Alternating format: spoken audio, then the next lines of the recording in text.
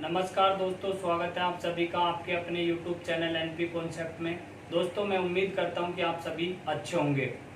दोस्तों हमारा जो टॉपिक चल रहा था वो चल रहा था चाल दूरी समय, और चाल दूरी समय के अंतर्गत दोस्तों हमने पार्ट पहला जो है वो पढ़ लिया है, जिसके अंतर्गत हमने बेसिक सवाल व बेसिक जानकारी की चर्चा की थी। दोस्तों आज हम आपको लेके आए हैं दोस्तों पार्ट 2 चाल दूरी समय का। इसके अंतर्गत बहुत अच्छे सवाल होंगे और काफी कुछ आपको सीखने को मिलेगा दोस्तों।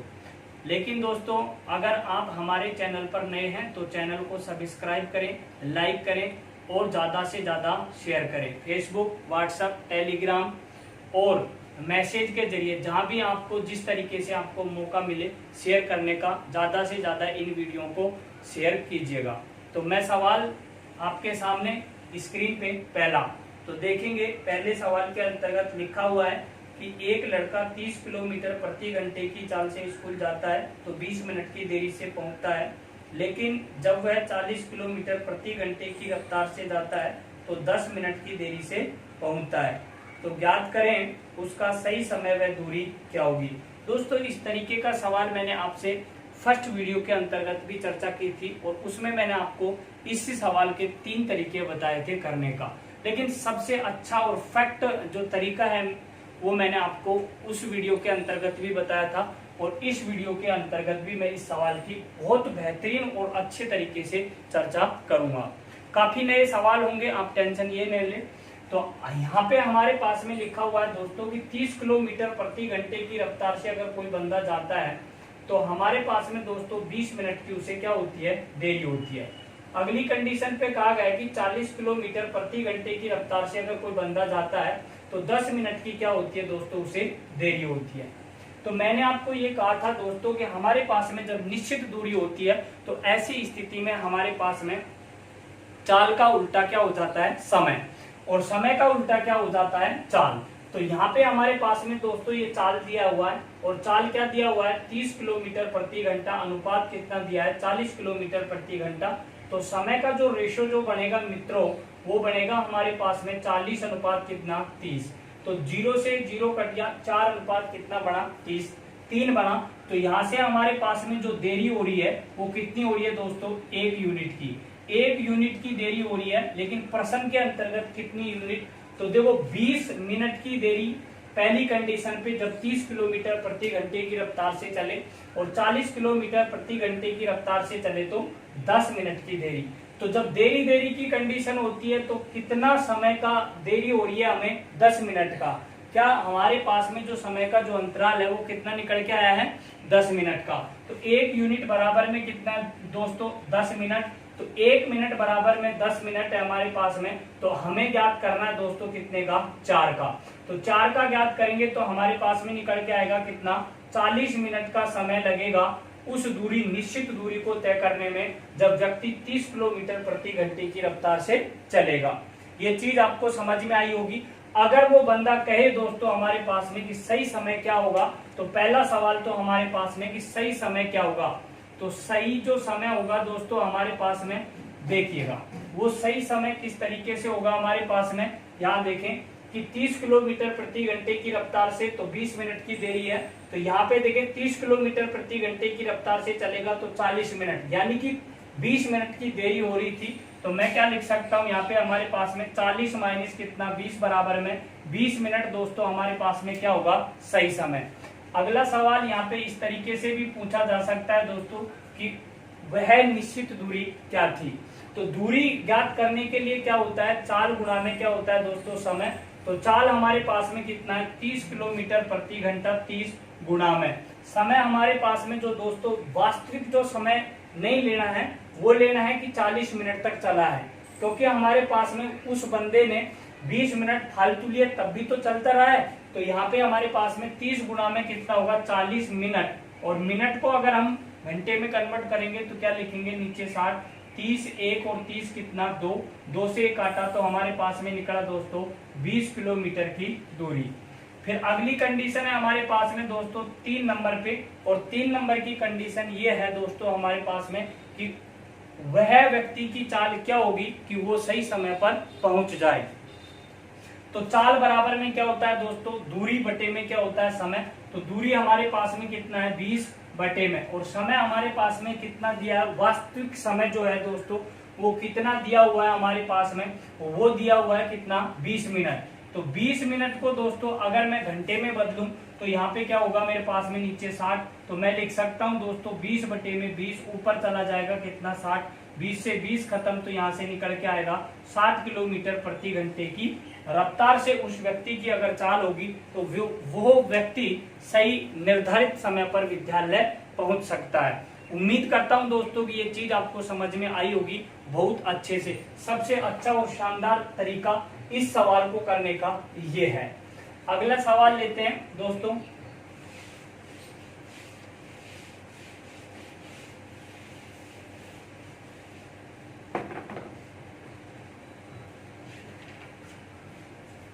अगले सवाल के अंतर्गत लिखा हुआ है कि एक व्यक्ति एक निश्चित दूरी को अपनी वास्तविक चाल के 5/7 भाग से चलता है तो 20 मिनट की देरी से पहुंचता है। यदि वह अपनी वास्तविक चाल से चले तो उसी दूरी को तय करने में उसे कितना समय लगेगा। लेकिन कहा गया है, देखो फोकस कीजिएगा सवाल पर, निश्चित दूरी है दोस्तों, और जब निश्चित दूरी होती है तो चाल का उल्टा समय और समय का उल्टा क्या होता है दोस्तों, हमारे पास में चाल। समझ रहे होंगे आप इस बात को। वास्तविक चाल का 5/7 से चल रहा है, वास्तविक चाल का 5 बटे कितने से चल रहा है, 7 से चल रहा है। तो मैं यहाँ पे लिख सकता हूँ हमारे पास में दोस्तों चाल। अब हमारे पास में दोस्तों वास्तविक जो चाल है उस बंदे की क्या है दोस्तों, वास्तविक जो चाल है हमारे पास में उस बंदे की वो कितनी है, हमारे पास में 7 है। और यहाँ पे हमारे पास में जो वर्तमान चाल है वो कितनी है, 5। क्लियर हुई। समय जो होगा वहां पे हमारे पास में वो कितना होगा दोस्तों, वो होगा 5 अनुपात कितना होगा हमारे पास में 7। क्लियर यहाँ तक। अब आप यहाँ देखें कि यहाँ पे हमारे पास में कितनी देरी हो रही है दोस्तों, हमारे पास में जो देरी हो रही है वो कितनी हो रही है, 2 मिनट की। कितनी हो रही है, 2 मिनट की। 2 यूनिट बराबर में हमारे पास में सवाल के अंतर्गत दिया हुआ है कि 20 मिनट, क्या लिखा हुआ है हमारे पास में कि 20 मिनट की देरी से पहुंचता है। तो 1 यूनिट बराबर में कितना निकल के आएगा, 10। और कहा गया है कि वास्तविक चाल से अगर उस दूरी को तय करे तो उसे कितना समय लगेगा। तो वास्तविक चाल कितनी है उस बंदे की, 7, तो समय कितना लग रहा है, 5। 1 यूनिट का मान कितना है, 10, तो 5 यूनिट का मान कितना होगा दोस्तों, 50 मिनट।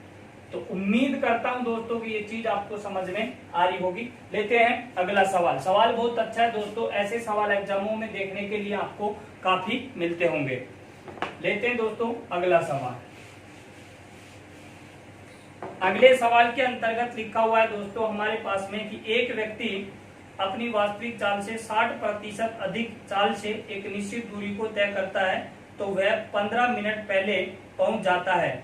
यदि वह अपनी वास्तविक चाल से चले तो उसी दूरी को तय करने में उसे कितना समय लगेगा। वास्तविक जो चाल है उससे 60% अधिक चाल से चल रहा है मेरे मित्रों। तो यहाँ पे क्या लिखा हुआ है हमारे पास में, 60% अधिक। जब हमारे पास में अधिक की बात हो तो 100 में जुड़ जाता है, जब कम की बात होती है तो 100 में से घट जाता है। ये बात आपको समझ में। वास्तविक चाल से 60% अधिक, तो मैं डायरेक्ट लिख सकता हूं कि हमारे पास में 100 तो हमारे पास में है उसकी वास्तविक और 160 है उसकी वर्तमान। तो 20 से काटे 5 और 20 से काटे कितना, 8। ये तो है दोस्तों हमारे पास में क्या है, चाल। और अगर समय की बात करें मेरे मित्रों तो समय उल्टा होगा, 8 अनुपात कितना, 5। तो यहाँ पे जो हमारे पास में जो दिया हुआ है वो कितने मिनट की देरी पहले बोला है, वो पहले बोला है 15 मिनट पहले। लेकिन यहाँ पे कितने मिनट पहले हो रहा है हमारे पास में, 3 यूनिट का मान दोस्तों हमारे पास में जो है वो कितना है, 15। तो 1 यूनिट का मान कितना होगा, 5। कहा गया है कि वास्तविक चाल से, तो वास्तविक चाल कितनी है उसकी, 5, और 5 से चलता है तो समय कितना लगता है, 8। 1 यूनिट का मान 5 है तो 8 यूनिट का मान कितना होगा, 40 मिनट। उम्मीद करता हूं कि दोस्तों ये चीज भी आपको समझ में आई होगी।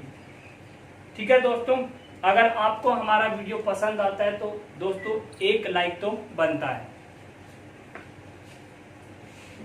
अगले जो सवाल के अंतर्गत दोस्तों हमारे पास में जो लिखा हुआ है उसके अंतर्गत लिखा हुआ है कि एक व्यक्ति अपनी वास्तविक चाल के 7/11 भाग से एक निश्चित दूरी को 22 घंटे में तय कर लेता है।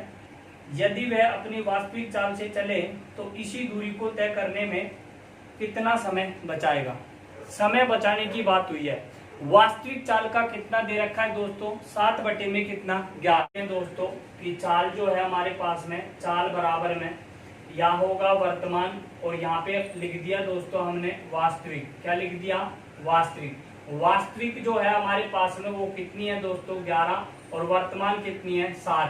तो समय जो होगा हमारे पास में, समय जो होगा दोस्तों वो समय हमारे पास में होगा 11 अनुपात कितना 7। क्लियर हुआ। अब यहाँ पे कहा गया है दोस्तों हमारे पास में कि वर्तमान चाल से, यानी कि वास्तविक चाल का 7 बटे 11 से चलेगा तो 22 घंटा। तो यानी कि वर्तमान चाल से कितना समय ले रहा है, 22 घंटा। तो वर्तमान समय यानी कि 7 की स्पीड से अगर चलेगा तो वर्तमान में समय कितना ले रहा है 11।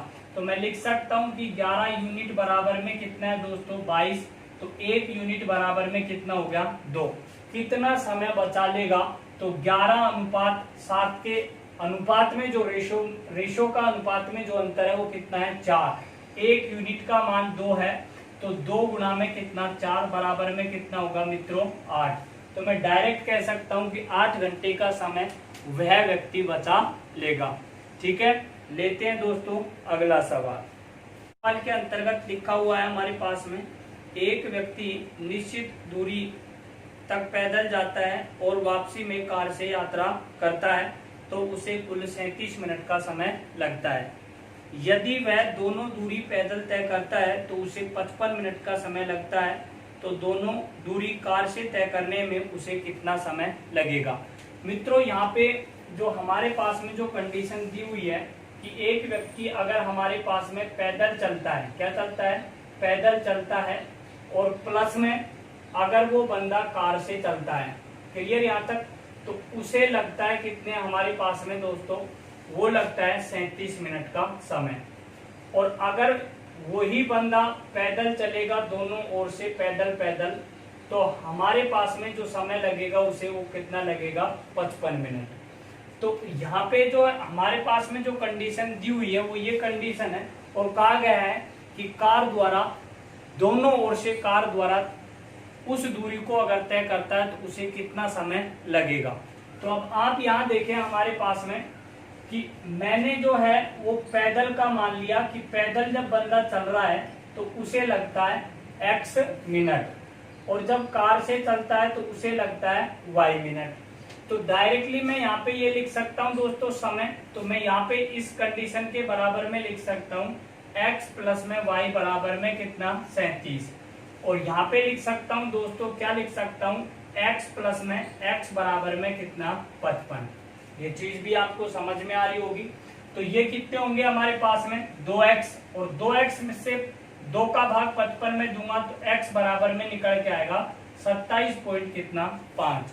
अगर ये x का मान मैं इस x के मान की जगह रखता हूं तो मेरे पास में y बराबर में होगा 37 माइनस 27.5 बराबर में 9 पॉइंट कितना दोस्तों 5। तो यहाँ से एक तरफ कार से अगर चलूंगा तो 9.5 मिनट का समय लगेगा। दोनों ओर कार से अगर मैं चलता हूं दोस्तों तो कुल जो समय लगेगा मेरे को, यानी कि दोनों ओर कार से चलने में, तो 9.5 गुणा में 2 बराबर में कितना 19 मिनट का समय लगेगा। ये चीज आपको समझ में आई होगी। लेते हैं दोस्तों अगला सवाल।